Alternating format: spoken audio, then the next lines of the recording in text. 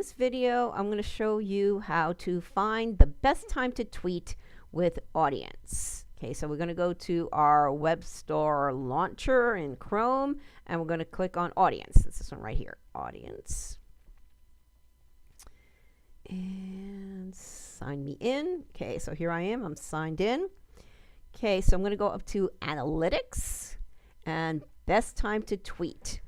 Now, I just updated my report because it takes a little bit of time. So after you, to set up the account, you need to sync your Twitter account. So you need to have at least 100 followers for this to actually work right. For free, it will do a report of your random followers. And so this is the best time to tweet. You're sorted by followers, biggest first. Okay. So, so the whole idea of this best time to tweet is you want to know the optimal time to send out a tweet where it's going to get the most exposure. When you've got the followers that have the most followers themselves. So if they retweet it, then it's going to get even more exposure. Okay, so when you're doing it for the first time, you just click Get My Report Now, and it's going to take about 5-10 minutes to do that. And you'll get an email when it's ready. I just go do something else, and in 10 minutes I come back and I refresh the page, and so then you have your report, and it says, and then just go to View Report. All right. So first, it's going to tell you my best time to tweet in the next 24 hours is at 1900 hours. Okay. Hey, this is Audience is from it's a European company, so it uses military time. So if you're not familiar with military time, the best way to do this is to take this and minus 12, and you'll see that it's 7 p.m. Okay, so that's the easy way to do that. I had a veteran friend of mine explain that to me because I was getting kind of annoying. Have to sit there and have to count 13, 14, 15. I don't know. All right. So, so here, when is the community online? So here's your best time to tweet report, shows you at which times the community has the most users online. So your followers here are a community. So that's on Twitter. So that's why you want to think about this. It's just a group of people that are following you because they're interested in what you have to say. Okay, so the black dots tell you when the best time to tweet is. So this is, you have 43% of your online community is on these days. Okay, that's all well and good. And so you've got all these other graphics, users by the hour, online community users by day of the week, but this is the one that's important. The potential exposure by the hour, actually, by the hour. So this is the one that's important. So here it's showing you all of them. So this is kind of averaging out. And this is cool because this will help you set up Deliver It. It'll help you set up, when you go to schedule posts on Tweetdeck, you go in here and you take a look. Okay, so here in my case, and this has actually changed because it seems like 8 a.m. is a better time, and this is a peak time. The next 3 hours are peak time, then dives down a little bit, and then it pops up again at 2 o'clock, and it pops up again at 6 o'clock. Okay, so what this is good to do is any of these automating tools that you use, you can set up the schedule of what time you want it to go out. And so I would check this once a month because as your following grows, this is going to change. So you want to check this once a month and then adjust your automating tools accordingly to them. But what's really cool on this, okay, today is Saturday, so and it's in the evening, so I want to see when the best time will be on Monday, on Tuesday, and on Wednesday. I'm going to take out all. Okay, so it actually gives you a different color for each one, and so you can see it's changed. So see, on Tuesday it's crazy. Okay, goes up to 6 p.m. At 6 p.m. I have the most users. But if I take Tuesday out and I take Wednesday out, this is Monday. So Monday, it kind of gives me this big bump in the middle.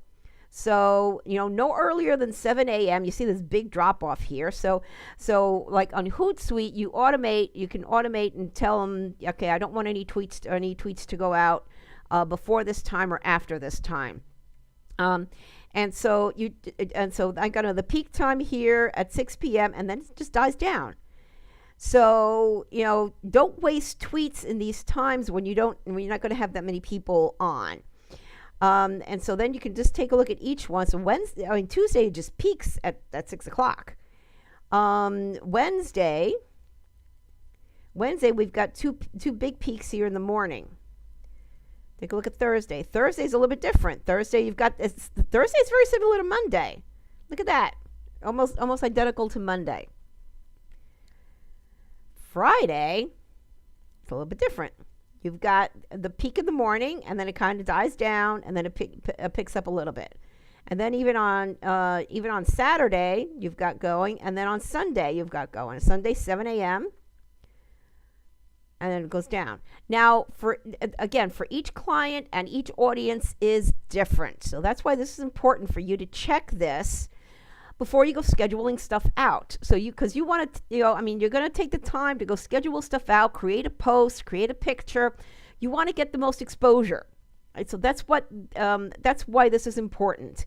And so just scheduling stuff out willy-nilly, in the beginning until you get 100 followers, that's what you have to do. Once you get 100 followers, then you can start analyzing them. And so that's why the 100 mark is very important as a benchmark for your goal in the first 30 days of your Twitter account, because you want to reach that benchmark in there. Now, if you upgrade to the pro version of Audience, it will analyze all of your followers. And so if you do want to spend the money to do that, then go right ahead. Okay, so, but again, this is a great little tool for that. And then one of the other things it will tell you is real-time analytics. So this will show you at any given time during the day how many of your users are on.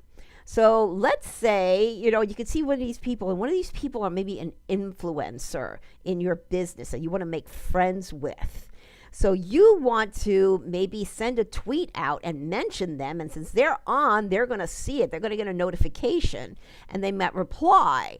And so the idea there being is that you can start a conversation with these people, and the influencers have a lot of followers. And that's what's really important, all the followers that they have. So you want to make sure that that they notice you, and you share one of their tweets, and kind of a tit for tat kind of thing, a give to get thing here. So and if they see something that they like in your tweets, they're going to retweet them. You want them to retweet your content, and that's what's really important.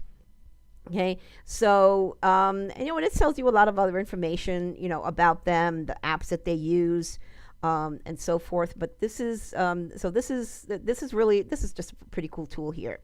Okay, then you've got your community insights, which okay, here's my report. So this gives you your time zones. Okay, now this is important both if you're a local business and if you're a national or global business, because this is going to tell you where your people are located. Okay, now Twitter proper also has these analytics, but time zones are a little bit different. Now here in Arizona, it's really weird because some people, we don't observe daylight savings time here. So right now we're at the same time as Mountain Time, which is the same as Colorado and Nevada and Utah. Now, if when in the fall, everybody else, or I should say in the spring, everybody else springs forward and we stay. So at that point, we're the same as Pacific Time. To really confuse all my relatives in the East Coast, that's why they do this, right? So Arizona might be a little bit different because some people in their computers, they don't have their computer set for Arizona time. So they might have it set, the Arizona people might have it set either for Pacific or for Mountain Time. So that's why Audience goes by the time zone. Twitter goes by the location, the actual physical location. So that's why when you look at your Twitter analytics and you look at Audience, there might be a discrepancy, especially if you're in Arizona. So they're not going to be matching exactly because they might have the time zone set up wrong in their computers. But on Twitter, you get the actual location. They go by that. But this is interesting. So, obviously I have a big chunk of people in Arizona, a nice chunk in Pacific time, then Eastern time, okay, then Central time. Okay, so I have a nice big chunk of people in Eastern time. So I have to keep that in mind because Eastern time people are tweeting and doing stuff, 2 hours before we are, at least at this point. So you want to keep that in mind when you're posting tweets. Now again, if you're local and if you're posting great content, you're going to have a lot of people from all over following you. But you want to have a good chunk of people that are local. And that's important, so if I were as a local business, I have 18% local. Okay. I remember one client, when I looked at them, they had 750 followers, but only 7% were local. Okay. That's really low.